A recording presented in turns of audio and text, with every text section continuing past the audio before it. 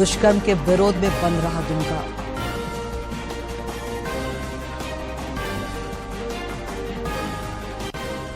और राजधानी रांची समेत राज्य के कई इलाकों में पिछले 24 घंटे के दौरान हल्के से मध्यम दर्जे की हुई बारिश। 9 और 10 को भारी बारिश के आसार।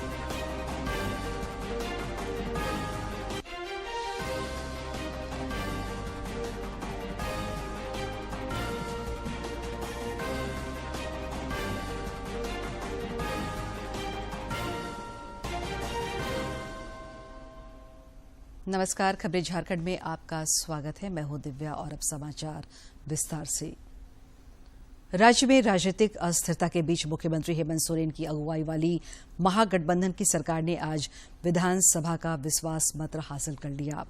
सरकार द्वारा रखे गए विश्वास प्रस्ताव के पक्ष में 48 सदस्यों ने मतदान किया, वहीं विपक्ष में एक भी वोट नहीं पड़ा।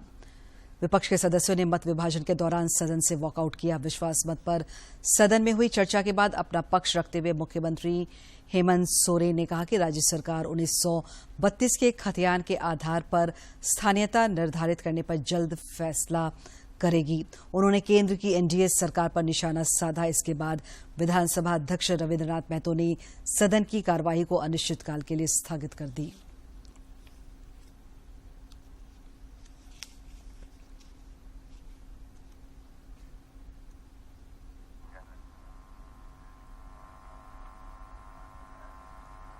मेरा आप लोगों से ये आग्रह होगा कि आज जो प्रस्ताव आया है, इस प्रस्ताव को आप लोग कृपया पूरा सुने और मैदान छोड़कर भागने का प्रयास न करें।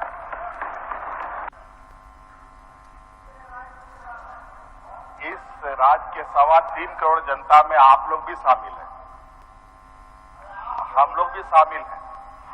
और जब हम राज्य के 3.25 करोड़ लोगों की जनता को संतुष्ट करने का प्रयास कर रहे हैं, तो स्वाभाविक रूप से आप लोगों को भी संतुष्ट करने का हमारा प्रयास होगा। हालांकि आप विधानसभा अध्यक्ष रविन्द्रनाथ महतो ने पत्रकारों से बातचीत में कहा कि सरकार के लिए सदन का विश्वास मत हासिल करना जरूरी था, क्योंकि विपक्ष द्वारा यह भ्रम फैलाया जा रहा था कि सरकार के पास बहुमत नहीं है। सरकार के विश्वास मत हासिल करने के साथ यह भ्रम दूर हो गया है। का प्रस्ताव पेश किया गया और उसमें 48 बनाम 0 मत प्राप्त हुए, यानी मुख्यमंत्री के पक्ष में 48 और उनके विपक्ष में 0 का मतलब दो ही तरह का होता है, सहमति भी होता है, असहमति भी होता है। इसलिए इसको आप दूसरे ढंग से भी ले सकते हैं। जो मतदान के पक्ष में उपस्थित नहीं रहते हैं, चले जाते हैं, वो एक तरफ से इनडायरेक्टली सहमति व्यक्त करना होता है। विधानसभा के विशेष सत्र शुरू होने से पहले भाजपा के सदस्यों ने मुख्य द्वार पर पलामू के पांडु में मुसहर बस्ती को उजारे जाने, दुमका में नाबालिग के साथ दुष्कर्म तथा मुस्लिम तुष्टीकरण को लेकर प्रदर्शन किया। इस प्रदर्शन के दौरान भाजपा के सदस्य मुख्यमंत्री से इस्तीफे की मांग कर रहे थे। बाद में सदन में विश्वास मत पर चर्चा के दौरान भाजपा विधायक नीलकंठ सिंह मुंडा ने कहा कि सरकार को अपने ही विधायकों पर विश्वास नहीं है, जिसके कारण सदन में विश्वास प्रस्ताव लाया गया है। उन्होंने राज्य की कानून व्यवस्था पर भी सवाल उठाए। जब विपक्ष अपना ला नहीं रहा है अविश्वास प्रस्ताव, माननीय उच्च न्यायालय आपको बोल नहीं रहा है, महामहिम राज्यपाल महोदय आपको बोल नहीं रहा है कि आप विश्वास मत लाइए, तो फिर लाने का कारण, लाने का मकसद क्या है? इसका मतलब कहीं ना कहीं जो सरकार में लोग हैं उनको लग रहा है कि हम इस तरह का प्रस्ताव ला करके अपना जो अंदर में डर है उस भय को हम बाहर निकालने का काम। विधायक सरयू राय ने अपने एक अल्पसूचित प्रश्न का मंत्रिमंडल सचिवालय एवं समन्वय विभाग तथा भ्रष्टाचार निरोधक ब्यूरो द्वारा भ्रामक उत्तर दिए जाने पर विधानसभा अध्यक्ष रविन्द्रनाथ महतो को विशेषाधिकार हटाने की सूचना दी है। श्री राय ने पिछले बजट सत्र में अल्पसूचित प्रश्न के माध्यम से मैन हर्ट के चयन के संदर्भ में सवाल पूछा था। कोई कार्रवाई नहीं किया। ऐसी स्थिति है इस सरकार की कि सरकार के अधिकारी सदन को अपने झूठे उत्तरों के का कूड़ादान मान लिए। कि सदन में कुछ भी कर सकते हैं, सरकार कोई निर्देश देती है, जिले में लागू नहीं होता है। ये स्थिति महोदय, ऐसी स्थिति में माननीय मुख्यमंत्री जी ने विश्वास का प्रस्ताव रखा है, इस पर प्रश्न उठे हैं। मुख्यमंत्री हेमंत सोरेन ने सदन का विश्वास हासिल करने के बाद विधानसभा में अपने मंत्रिमंडल के सदस्यों और विधायकों के साथ बैठक की। इस बैठक में उन्होंने सदस्यों को एकजुटता प्रदर्शित करने के लिए धन्यवाद दिया और आगे की रणनीति पर बातचीत की।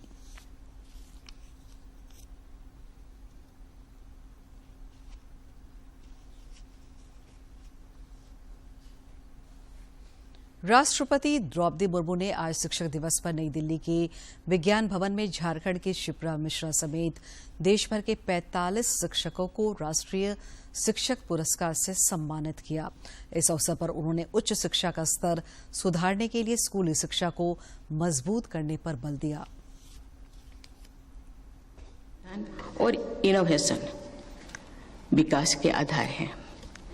इन क्षेत्रों में भारत की स्थिति को और मजबूत बनाने की आधारशिला स्कूली शिक्षा द्वारा ही निर्मित होगी। मैं मानती हूं कि विज्ञान, साहित्य अथवा सामाजिक शास्त्रों में मौलिक प्रतिभा का विकास मातृभाषा के द्वारा अधिक प्रभावी हो सकता है। नेचुरल टैलेंट को विकसित करने की मातृभाषा सहायक होती है। माता के बाद शिक्षक गुण हमारे जीवन में हमारी शिक्षा को आगे बढ़ाते हैं। यदि शिक्षक भी मातृभाषा में पढ़ाते हैं तो विद्यार्थियों सहजता के साथ अपनी प्रतिभा का विकास कर सकते हैं। इसीलिए राष्ट्रीय शिक्षा नीति में स्कूली शिक्षा तथा उच्च शिक्षा के लिए भारतीय भाषाओं के प्रयोग पर जोर दिया गया है। जमशेदपुर की शिक्षिका शिप्रा मिश्रा को आज नई दिल्ली में राष्ट्रपति द्वारा सम्मानित किया गया। आइए नजर डालते हैं शिप्रा मिश्रा के कार्यों पर। झारखंड पूर्वी सिंहभूम के Tata workers union high school की शिक्षिका श्रीमती शिप्रा, जिन्होंने स्कूल का काया पलट कर उसे बेहतर और निपुण स्कूल बनाने के लिए मार्गदर्शन किया है। इसी के साथ समाज और पर्यावरण के हित के लिए नई तकनीकों और प्राकृतिक संसाधनों के माध्यम से छात्रों को सीखने के लिए प्रेरित किया है। शिक्षिका श्रीमती शिप्रा के प्रयत्नों को सराहते हुए इन्हें बतौर शिक्षिका राष्ट्रीय सम्मान 2022 से सम्मानित किया जाता है। श्रीमती शिप्रा, झारखंड।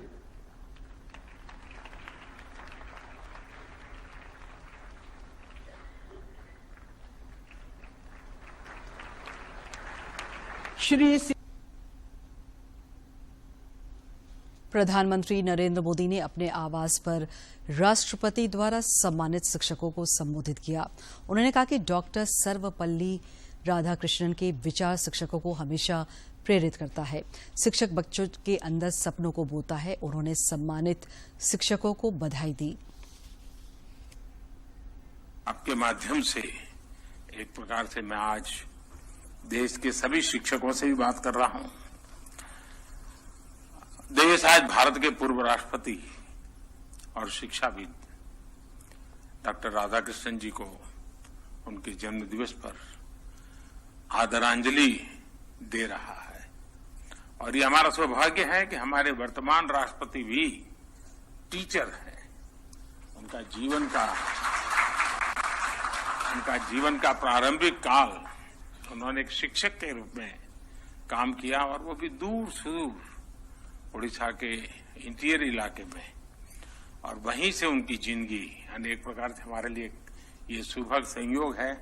और ऐसे टीचर राष्ट्रपति के हाथ से आपका सम्मान हुआ है तो ये और आपके लिए गर्व की बात है।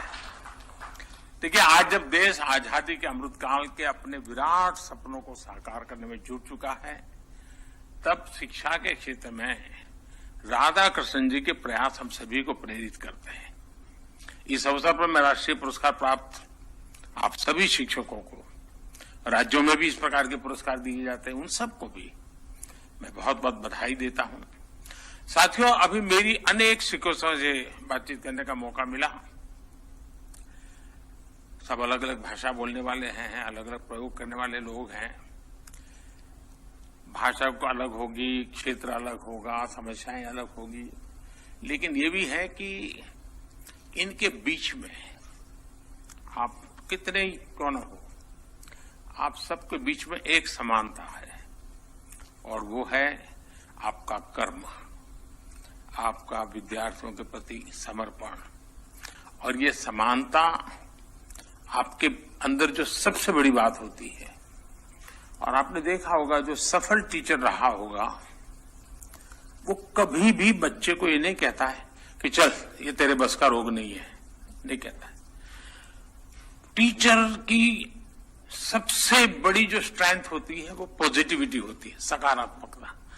कितना ही बच्चा पढ़ने में लिखने में पूरा, अरे करो बेटे हो जाएगा, अरे देखो बेटी करो, देखो देखो उसने किया तुम भी करो हो जाएगा, यानी आप देखिए उसको पता भी नहीं है, लेकिन टीचर के गुणों में होता है, वो हर बार पॉजिटिव ही बोलेगा, वो कभी किसी को नेगेटिव कमेंट करके निराश कर देना, हताश करता नहीं, उसके नेचर में नहीं है।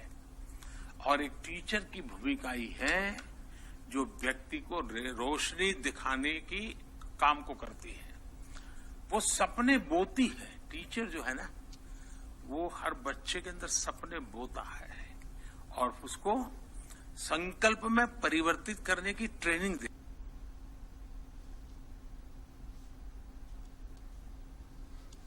शिक्षक दिवस पर रांची विश्वविद्यालय में आज गुरुवंदन पर्व का आयोजन किया गया।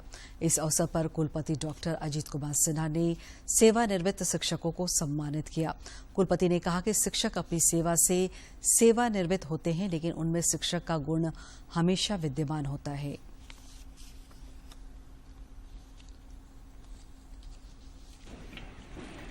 अपने स्कॉलर्स को गाइड नहीं करेंगे, उनके गुरु का जगह शीर्ष होता है। गुरु और अध्यापक में भी फर्क है।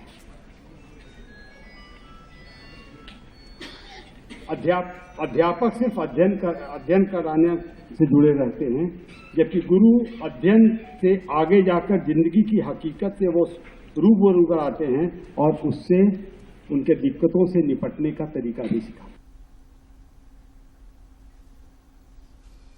पूर्वी सिंहभूम के उपायुक्त विजया जाधव ने आज शिक्षक दिवस पर 5 शिक्षकों और 10वीं एवं 12वीं के टॉपर छात्र छात्राओं को सम्मानित किया।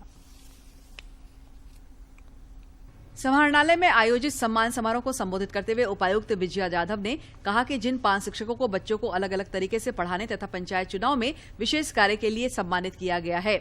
उपायुक्त ने जिले के 8 टॉपर बच्चों को भी मेडल देकर सम्मानित किया। हमारे पूर्वी सिंहभूम जिले के जो 5 बेस्ट शिक्षक हैं, कुछ साइंस के हैं, कुछ मैथ्स के हैं, किस का अलग सिखाने का रंग ढंग है। अभी हमें पता चला कि वो मैथ्स फ्लोर पे सिखाते हैं, ज़मीन पे सिखाते हैं। तो ऐसे अलग अलग तरीके से बच्चों में शिक्षा के प्रति रुचि बढ़ाने वाले, समाज को एक अच्छी दिशा देने वाले, बच्चों का भविष्य के शिल्पकार, ऐसे अच्छे शिक्षकों को आज हमने सम्मानित किया है। इस अवसर पर सम्मानित शिक्षकों ने बताया कि उन्हें किस तरह नवाचार के माध्यम से बच्चों को खेल खेल में पढ़ाते हैं। मैंने गांव-गांव डोर टू डोर जाकर के बच्चे लोगों को प्रोत्साहित किए और बच्चे लोगों को पुनः नामांकन कराए। इस प्रकार से संख्या में हम लोग को वृद्धि कराए। और हम लोग को स्कूल में डिजिटल क्लास है, तो डिजिटल क्लास में बच्चे लोग अट्रैक्टिव रूप से वो देखता है और सीखता है बहुत चित्र के साथ, और इस प्रकार से संख्या में बहुत वृद्धि हुई है। तो आगे का है कि फ्यूचर प्लान है हमारा कि स्कूल का डेकोरेशन जो उस क्षेत्र में है, जनजातीय क्षेत्र का विद्यालय है, और शबर जाति, जनजाति, उपजातीय सबको अधिक से अधिक अधिगम स्तरीय शिक्षण देना। शिक्षक दिवस पर आयोजित इस सम्मान समारोह में कई गणमान्य व्यक्ति उपस्थित थे। सभी ने उपायुक्त के इस पहल की सराहना की। जमशेदपुर से राजेश कुमार लालदास की रिपोर्ट। आज से पूर्वी सिंहभूम जिले में निपुण भारत की शुरुआत की गई है। उपायुक्त विजया जाधव ने शिक्षक दिवस पर 100 दिनों तक चलने वाले इस कार्यक्रम की शुरुआत की। उन्होंने पत्रकारों से बातचीत में कहा कि भारत सरकार के निर्देशानुसार कक्षा 1 से 3 तक के वैसे छात्र छात्राओं जो हिंदी, अंग्रेजी और गणित में कमजोर हैं, उन्हें इस कार्यक्रम के दौरान इन विषयों में निपुण किया जाएगा। कैंपेन के तरह हम इसमें ये करने वाले हैं जिसका संचालन दिनांक 5/9/2022 आज से किया जाएगा। और एक फर्स्ट स्टैंडर्ड से लेकर थर्ड स्टैंडर्ड तक जो बच्चे पढ़ रहे हैं उनमें खासकर हिंदी, इंग्लिश और गणित के जो मार्क्स है उसमें उनके प्रोफिशिएंसी लाने के लिए इसमें अलग अलग टाइप के प्रोग्राम किए जाएंगे। देश भर में पिछले 24 घंटे के दौरान कोविड के 5,910 नए मामले सामने आए हैं, जबकि इस अवधि में 7,034 संक्रमित स्वस्थ भी हुए हैं। केंद्रीय स्वास्थ्य मंत्रालय के अनुसार देश में कोविड के 53,974 मामले सक्रिय हैं। इधर झारखंड में भी कोरोना से जंग जारी है और पिछले 24 घंटे के दौरान अनेक कोरोना वीरों ने इस महामारी को शिकस्त दी है। रांची में इस अवधि में 4 मरीजों की पुष्टि हुई, जबकि 10 मरीजों ने कोरोना को हराया। जिले में अब कोरोना के 45 एक्टिव केस शेष हैं। कोरोना के खिलाफ जारी जंग में देश में टीकाकरण अभियान तेज गति से जारी है। केंद्रीय स्वास्थ्य मंत्रालय के अनुसार देश में अब तक कुल 2,13,54,00,000 से अधिक कोविड रोधी टीके लगाए जा चुके हैं।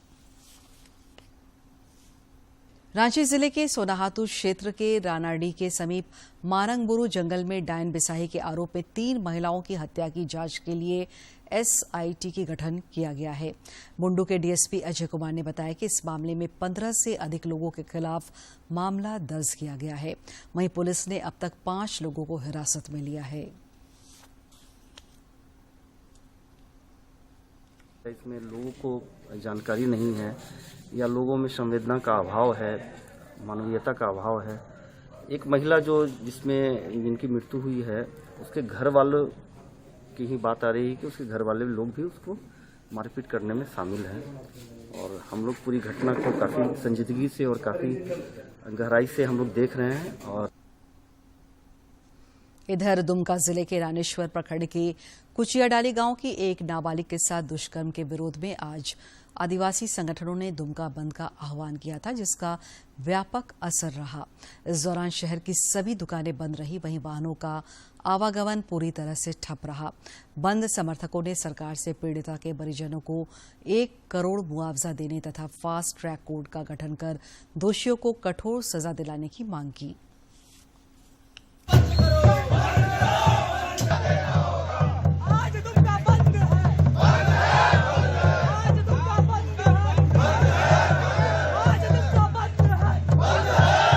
करोड़ रुपया दिया जाए और फास्ट ट्रैक के तहत दोषियों को जल्द से जल्द सजाए मौत की सजा सुनाई जाए। और साथ ही ये जो घटना हुई है ये एक आदमी का घटना एक क्या किया हुआ नहीं है। जिस तरह जहां वहां प्रत्यक्षदर्शी द्वारा बताया गया और हम लोग भी जगह पर अवलोकन किए कि वहां एक आदमी का नहीं है, इसको ऊपर में पेड़ पे टांगा था। अगर एक का नहीं, कम से कम मिनिमम ये 3 से 4 लोगों का काम है। पलामू पुलिस ने टीपीसी के एरिया कमांडर सहित 5 अपराधियों को गिरफ्तार किया है। एरिया कमांडर को एक दंपति से रंगदारी मांगने तथा एक महिला सहित 4 अपराधियों को गांजा की खरीद बिक्री करने के मामले में गिरफ्तार किया गया है। पुलिस ने इन अपराधियों से 28 किलो गांजा भी बरामद किया है।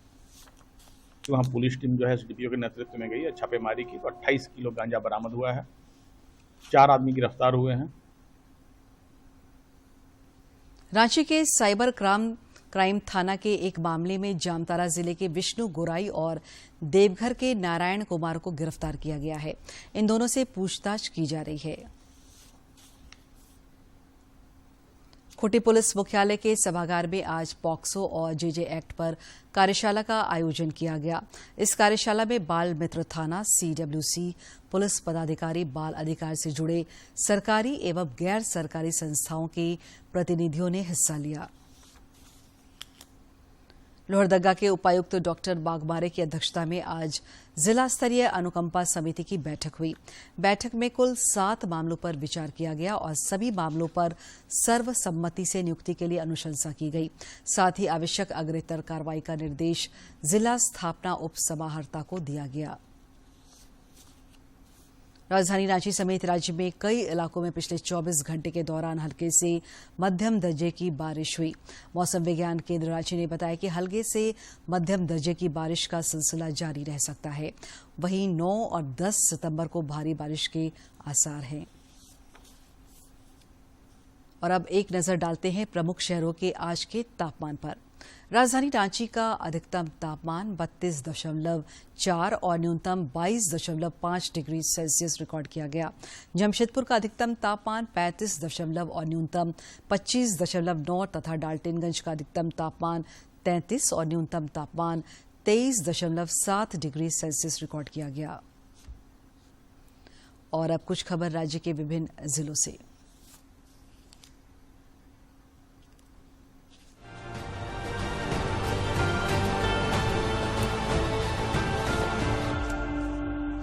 हजारीबाग की प्रसिद्ध झील की अब वीड हार्वेस्टर मशीन से नियमित सफाई होगी। जिला प्रशासन ने 2 करोड़ की लागत से वीड हार्वेस्टर मशीन खरीदी है, जिससे रात्रि में भी झील की सफाई हो पाएगी। उपायुक्त नैन्सी सहाय ने शहरवासियों से झील को साफ रखने में प्रशासन की मदद करने की अपील की है। गोड्डा के उपायुक्त ने सरकारी विद्यालयों के कक्षा 1 से 12 तक के छात्रों को जाति प्रमाण पत्र निर्गत करने के लिए वीडियो कॉन्फ्रेंसिंग के जरिए अधिकारियों के साथ समीक्षा बैठक की। उन्होंने इस संदर्भ में अधिकारियों को कई निर्देश दिए। जमशेदपुर के बर्मा माइंस थाना क्षेत्र के सुनसुन नगड़िया गेट के पास स्कूटी से साक्षी की ओर जा रहे एक दंपति से बाइक सवार 2 युवकों ने छीनने की कोशिश की, लेकिन उन्हें सफलता नहीं मिली। पति पत्नी और उनका बेटा स्कूटी से नीचे गिर गए, जिससे उन्हें मामूली चोटें आई है। राजधानी रांची के सोनाहातू थाना क्षेत्र के रानाडी गांव में डायन बिसाई के आरोप में 3 महिलाओं की हत्या कर दी गई। मृतकों की पहचान रायलू देवी और ढोली देवी के रूप में की गई है। वहीं तीसरी महिला का शव अभी बरामद नहीं हुआ है। पुलिस मामले की तहकीकात कर रही है।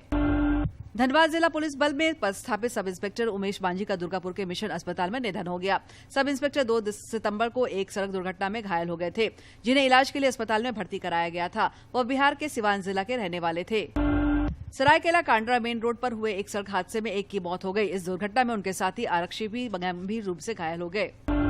विधायक सरयू राय ने अपने विधानसभा क्षेत्र के सरकारी अल्पसंख्यक एवं निजी विद्यालयों के 94 शिक्षकों को शिक्षा के क्षेत्र में उत्कृष्ट कार्य के लिए प्रशस्ति पत्र देकर सम्मानित किया।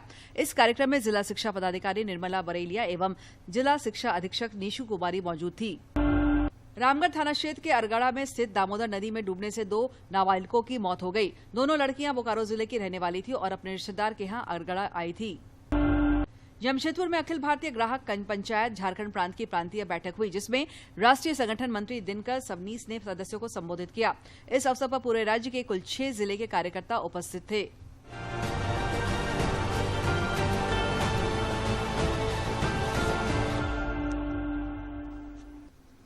प्रधानमंत्री नरेंद्र मोदी ने इस महीने की 25 तारीख को आकाशवाणी से प्रसारित होने वाले मन की बात कार्यक्रम के लिए लोगों के सुझाव मांगे हैं। प्रधानमंत्री ने कहा है कि विभिन्न विषयों पर उन्हें भेजे गए सुझावों को अगले मन की बात कार्यक्रम में शामिल किया जा सकता है। लोग अपने विचार नमो ऐप और mygov.open फोरम पर भेज सकते हैं। वे टोल फ्री नंबर 1800117800 पर भी अपने सुझाव हिंदी और अंग्रेजी में रिकॉर्ड करा सकते हैं। फोन लाइनें 23 सितंबर तक खुली रहेगी। 1922 पर मिस्ड कॉल देकर और SMS के जरिए लिंक प्राप्त करके सीधे अपने सुझाव प्रधानमंत्री को भेजे जा सकते हैं। केंद्र सरकार का पोषण अभियान गिरिडीह जिले की गर्भवती महिलाएं और बच्चों के लिए वरदान साबित हो रहा है। देखते हैं एक रिपोर्ट।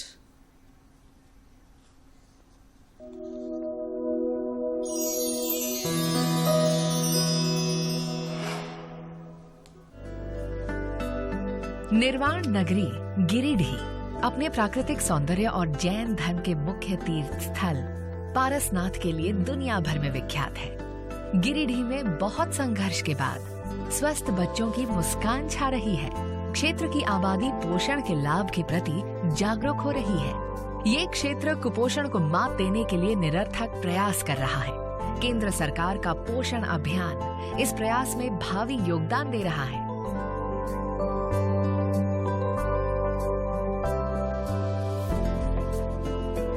पोषण अभियान गिरिडीह जिले के लिए एक वरदान साबित हुआ है।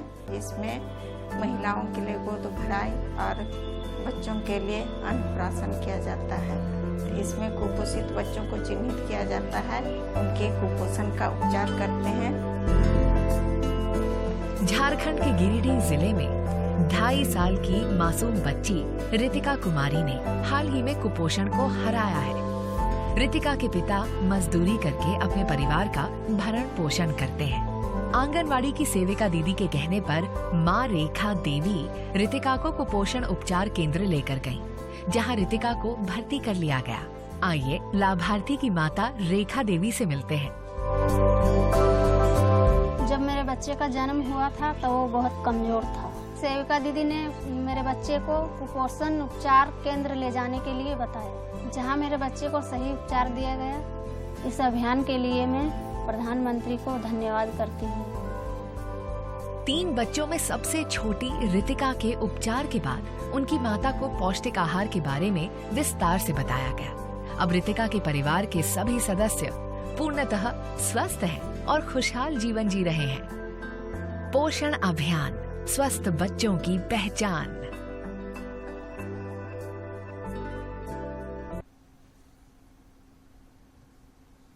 और सेहत की बात में जानते हैं पोषक तत्व के रूप में आयोडीन क्यों है जरूरी। आयोडीन एक महत्वपूर्ण पोषक तत्व है जिसकी आवश्यकता मानसिक व शारीरिक विकास के लिए होती है। शरीर में आयोडीन की कमी होने पर कई तरह की बीमारियों का खतरा बढ़ जाता है। आयोडीन नामक तत्व हमारे शरीर के स्वास्थ्य के लिए बहुत जरूरी है। आयोडीन से शरीर में थायराइड हार्मोन बनता है, जिससे शरीर का मानसिक और शारीरिक विकास होता है। बच्चों में थायराइड हार्मोन की कमी से वे मंदबुद्धि भी रह सकते हैं। अगर आयोडीन की कमी हो तो इससे गले में सूजन आ सकती है थायराइड ग्लैंड के बढ़ने से। और अगर गर्भावस्था में मां को आयोडीन की कमी हो जाए तो उसका बच्चा मंदबुद्धि पैदा हो सकता है और उसकी सुनने की शक्ति भी कम हो सकती है। ये बहुत ज्यादा जरूरी है कि हम अपने खान पान में आयोडीन की मात्रा सही रखें। इसके लिए हमें हमेशा आयोडाइज्ड सॉल्ट का ही सेवन करना चाहिए। खास तौर पर गर्भावस्था और जीवन के शुरुआती सालों में आयोडीन की आवश्यकता बढ़ती है। आयोडीन मिल सकता है आयोडीन युक्त नमक से। आयोडीन का सबसे सामान्य स्रोत खाने में उपयोग होने वाला नमक है। समुद्री खाद्य पदार्थ जैसे मछली, समुद्री शैवाल, शेलफिश, मांस, अंडा, दूध, कुछ मात्रा में दालों और अनाज में भी आयोडीन उपस्थित होता है। पर्याप्त मात्रा में आयोडीन का सेवन आयोडीन की कमी से होने वाली बीमारियों से बचाव के लिए बेहद उपयोगी है। किरण भारद्वाज, डीडी न्यूज। अंत में मुख्य समाचार एक बार फिर।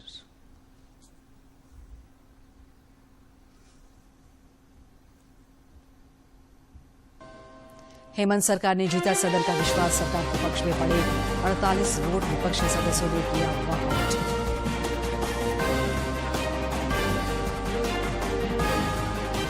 राष्ट्रपति द्रौपदी मुर्मू ने झारखंड की शिप्रा मिश्रा समेत 45 शिक्षकों को किया सम्मानित। प्रधानमंत्री ने सम्मानित शिक्षकों को किया संबोधित। रांची के सोनाहातू ट्रिपल हत्याकांड में एसआईटी का गठन, बालियाबाद के साथ दुष्कर्म के विरोध में बज रहा दुमका।